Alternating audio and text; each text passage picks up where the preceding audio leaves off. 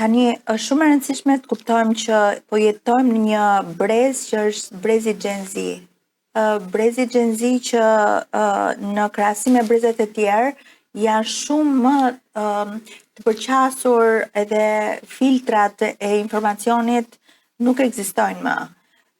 Do me thënë që të rinjtë e sotshëm, adoleshentët e sotshëm, 17-18 vjeçarët, viti 4, ata që po eksperimentojnë atë përfundimin e shkollës mesme, në përditshmërinë e tyre përqasin me shumë informacione që qofshin ato të shëndetshme edhe të dëmshme.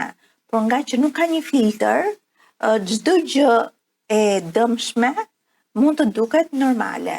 Për shkak sepse nuk ka një filtr të saktuar. Se më përpara, brezet e më përparshme, ndoshta prindrit nuk kishin vetëm një televizor, kurse sot të gjithë duke filluar edhe që nga mosha 11, 12, 13 vjeç, ka një celular që mund futen në rrjetet sociale, siç është TikToku për shembull, që është rrjeti social më i njohur për të vegjëlit dhe adoleshentët, për të rinj, që marrin këtë informacion që është tepër i dëmshëm. Kështu që shpeshherë ndodh që për të pranuar në shoqëri, ti duhet të jesh njësoj